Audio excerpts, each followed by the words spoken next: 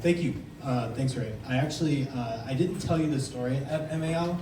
I just wanted to share it with you now, actually, that you brought it up. The photo that you referenced when your community was standing on the stairs was so beautiful. And I was sitting with another individual in a different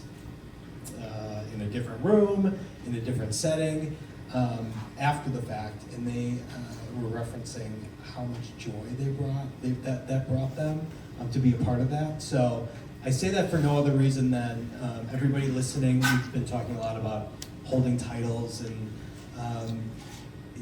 it's paramount that we all as a community don't get too hung up on the banners and the flags and the colors. That's not the impetus to doing good work. Everybody here, and I applaud all of you for being here tonight in braving the weather. The fact that you showed up tonight is a testament to your commitment to our community. So I think it's important that we acknowledge that, and it's not only title holders that are here to make a difference, but it's all of us. So thank you. Okay. I wish I was as eloquent and off-the-cuff speaking talented as all you are, but I had to draft my entire speech verbatim, or else I have a superpower of going on a 20-minute tangent without talking about what I'm supposed to. So let me introduce myself. My name is Eric. I am Mr. Eagle NYC 2024, and I'm a very proud parent of our Zephyr. So let me just jump into it. My topic that I was chosen, and a big thanks to LGT for organizing this.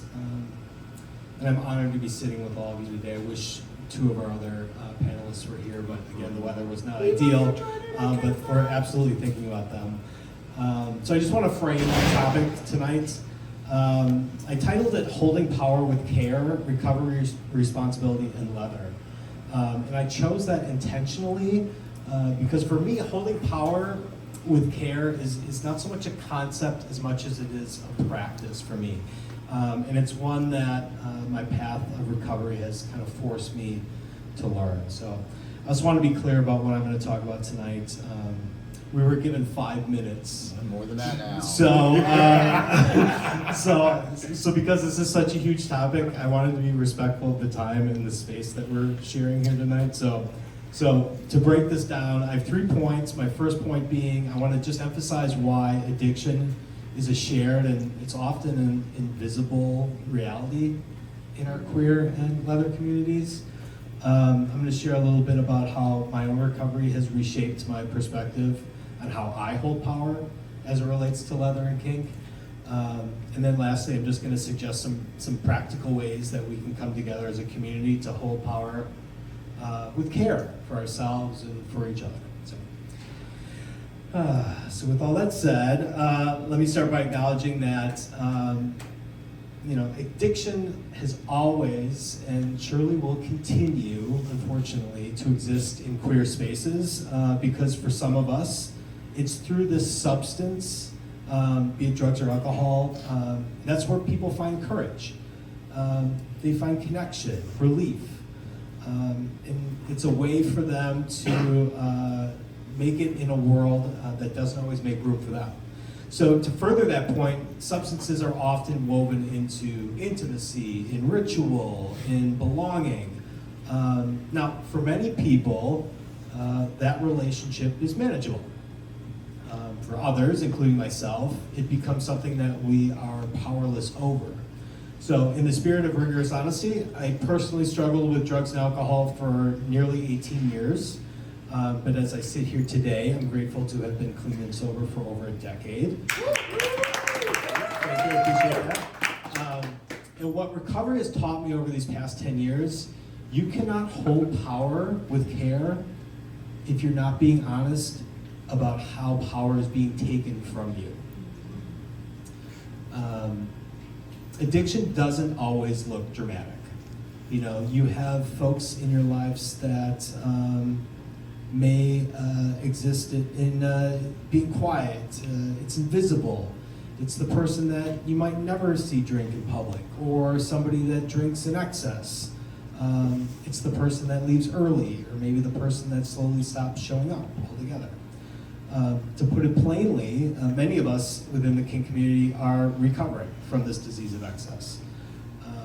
While at the same time, there's many others who right now are questioning their relationship with substances. And then on top of that, you have many others who don't feel safe naming any of those one way or the other. And that's when it becomes dangerous. Because when we don't talk about addiction, it's that shame that often fills that void and that silence. So just to bridge this a bit with my fellow panelists, Ray often speaks, as he mentioned in his, his Mr. Eagle speech.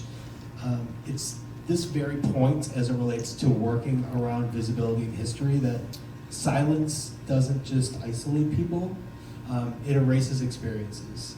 So when stories aren't named or held, they disappear, and our community kind of lives in a world in which we've lost part of that archive. And then kind of along those same lines, to further connect with what Zephyr highlighted around safety and assumptions, sobriety, much like identity, it's something that people often assume instead of asking about. And safety really depends on us not assuming that we know somebody's internal reality. So I think there's a lot of parallels that we've heard tonight. So just to put a finer point on it, naming addiction isn't about judgment, it's about survival. And naming it is one way that we can be held together, holding power with care, choosing truth over silence. Now, I mentioned that I was going to share my own personal perspective, which I think is important to say out loud. Recovery didn't remove power from me, from my life. Instead, it actually changed how I understand and hold power. So why do I say that? Well, understanding I went from being powerless over drugs and alcohol to holding internal, intentional power within my leather lifestyle, my DS dynamics. That shift actually made me ask the ethical question that actually is required, in my opinion, because power without accountability is not following our traditions. It's ultimately just control, full stop. So recovery has taught me discipline, it's taught me honesty, it's taught me restraint, it's taught me that consent isn't something that's static, it's a living practice that actually demands presence at all times. As a dom and a handler, I have a responsibility to my subs to know my own limits. It's important that I know my triggers, and most importantly, my own motivations. I can't rely on substances to create intimacy, intensity, trust. So consent for me it's got to be clear, it's got to be sober, it's got to be ongoing, not assumed, not pressured, and not chemically blurred. Our traditions in leather, for those of you that are familiar with them, has always kind of understood this. I referenced it a little earlier, but the titles, the flags, the roles, they're not decorations, they're commitments, in my opinion. And speaking for myself, recovery sharpened my understanding of that responsibility, and it taught me that holding power with care ultimately means being willing to pause, to check in, to say no, even when it's uncomfortable. So before my time is up, I want to just consider what it may look like when we hold power with care as a community. I can say absolutely what that doesn't mean is that everybody should be sober. That's ridiculous. But what it could mean is more thoughtfulness. By not centering substances isn't exclusion, it's accessibility. Offering sober-friendly spaces isn't segregation, it's stewardship. It means not asking people to justify when they're not drinking, not assuming when sobriety looks like for them and not others. And it's not treating recovery as something that's fragile, inconvenient, temporary. It's none of those things. Again, I wish Kenzo was here articulating this as well as they do. It's so powerful hearing them talk about visibility and stigma. Real support isn't just saying you belong. It's respecting how people show up and not asking them to shrink themselves to be tolerated. Because shame causes far more harm than most kinks ever could.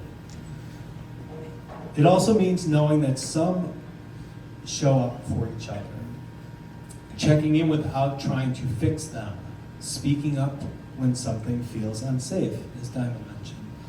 Knowing that there's knowing where to point somebody when they need support, and whether that's peer recovery spaces or chosen family or community resources, we're all here for one another, and I think that it's paramount that we don't forget that. Holding power with care isn't just about individual dynamics. It's about culture that we build. It's about whether our spaces allow people to stay, not just enter. We should all strive to go beyond just inventing spaces where we can invite people to the table. I think it's important that we all try to set the table as well. For me, recovery doesn't just lessen my experience within the leather community, it actually deepened it. And the way we come together as a community, in my opinion, is by holding power with care, responsibility, and intention, not silence. So, thank you.